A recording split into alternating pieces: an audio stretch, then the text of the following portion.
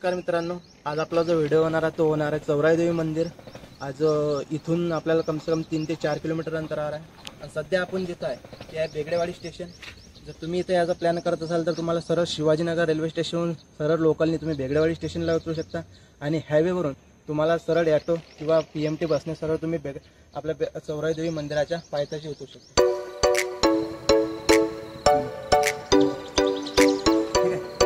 सध्या आपण पोहोचलोय चौराई देवी मंदिराच्या गेट जवळ आणि ही काय चौराई देवी मंदिराचा गेट। इथून लगभग जो रस्ता होणार जो ट्रॅक होणार तो आहे 1 ते 2 किलोमीटर अंतरावर, तो आपल्याला आता पार करायला लागणार आहे। त्यामुळे आपण सरळ जाणार आता मंदिराकडे।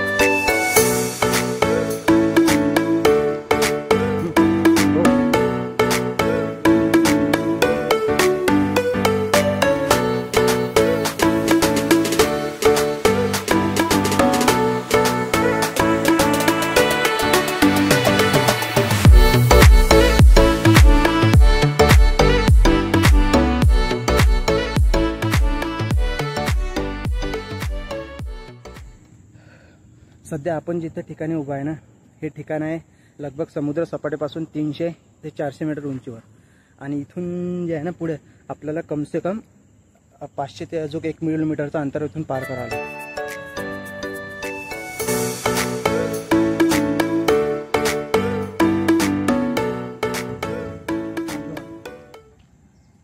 आपण सध्या आता जिथं उभं आहे मिडल स्पॉट ऑफ आपला चौराई देवी मंदिर आणि मागे जे पाट आहे ते आहे स्थळ आहे आपलं चौराई देवीचं स्थळ आणि तिथून समोर तुम्हाला मध्यस्थ भागी जे आहे ना चौराई देवीचं मंदिर आला बॅक साईडला जर गेला तर तिथं आहे आपलं घोराळेश्वर मंदिर आणि त्याच्या पुढे जर तुम्ही आला तर तिथं तुम्हाला एक बिर्ला गणपती बघायला मिळतो। आणि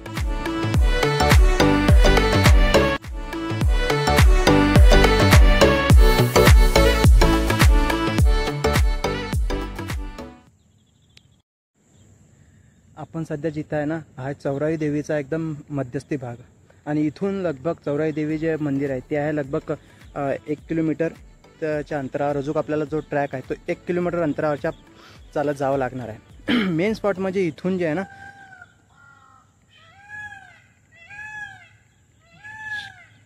पिकॉकचा जो आवाज आहे तो सरळ तिथं येत आहे बॅक साईडला। इथून जे आहे ना आपल्याला जर इथं याचा प्लॅन करत असाल तर इथं आजूबाजू फिरण्याजोगते खूप सारे प्लेसेस आहे। सगळ्यात पहिले जो आपण जेव्हा बेगडेवाडी स्टेशन जवळ येतो तो मेन स्पॉट जे आहे ते आहे घोराळेश्वर मंदिर। तो ट्रॅकसुद्धा आपण तिथं पार करू शकतो। त्याच्या समोरच जेव्हा येतो आपण त्यावेळेस ते बिर्ला गणपती आपल्याला दिसतो, तिथेसुद्धा तुम्ही व्हिजिट करू शकता किंवा त्याच्या बिर्ला गणपतीच्या बॅकसाईडनं आतमध्ये जेव्हा आपण जातो तेव्हा आपल्याला ते प्रतिसरडी पाहायला मिळतो। आणि अजून एक स्पॉट म्हणजे कैलास मंदिरसुद्धा समोर आहे आणि एक चौराई देवी मंदिर आणि बेगडेवाडीच्या जस्ट बॅक साईडला जो आहे तिथंसुद्धा एक कुंडमाळा धबधबा आहे, तिथंसुद्धा तुम्ही व्हिजिट करू शकता। ते एक मेन स्पॉट आहे किंवा या एरियातले बघण्यासारखे खूप सारे स्पॉट आहे। त्यामुळे जर प्लॅन करत असाल तर सुट्ट्या दिवशी इथं नक्की या। आणि मेन म्हणजे सकाळी जर आले ना तर तुम्हाला मोरसुद्धा इथं बघायला मिळतील आणि मेन म्हणजे मोरांचे आवाजसुद्धा एकदम छानपैकी इथे येतात। चला आता सुरुवात करूया, आता आपल्या सरळ पुढे जाऊया चौराई देवी मंदिराजवळ, ठीक आहे।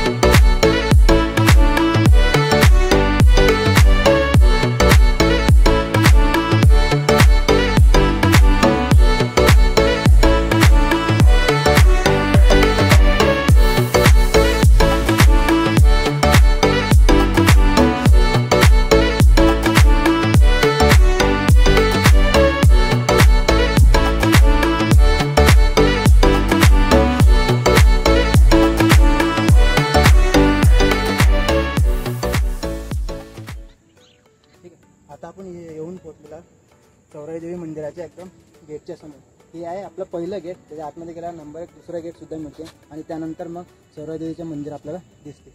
चला आतमध्ये जाऊ.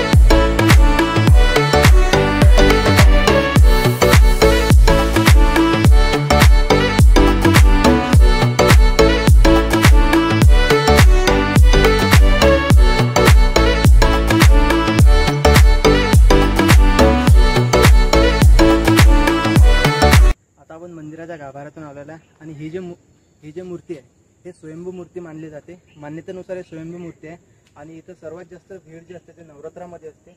नवरात्राच्या टायमामध्ये इथं खूप जास्त भाविक जे आहे ना ते गर्दी करतात आणि ही जी मूर्ती आहे ना ते अशी पहाडाच्या आतमध्ये आहे. अशी स्वयंभू म्हणून मान्यता आहे. लोक म्हणतात की स्वयंभू मूर्ती आहे, त्यामुळे इथे गर्दी जी आहे भाविकांची खूप जास्त असते.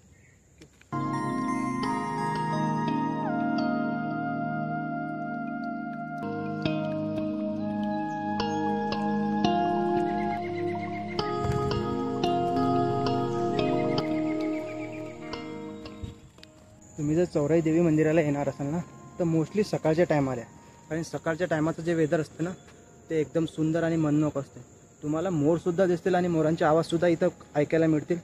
एकदम एकदम असे एकदम छान प्रकारचे आवाज येतात ना, मन एकदम प्रसन्न होऊन जातं. त्यामुळे आणि हां, मोस्ट इम्पॉर्टंट इथे येताना ना, कारण की वर कशाची सुविधा नाही आहे ना, इथं वर कोणत्याच प्रकारचं स्नॅक्स मिळते ना काहीच नाही. त्यामुळे येताना स्नॅक्स किंवा एक पाण्याची बॉटल नक्की तुमच्यासोबत कॅरी करून घ्या, कारण की वर अशा प्रकारची कोणतीच सुविधा नाही.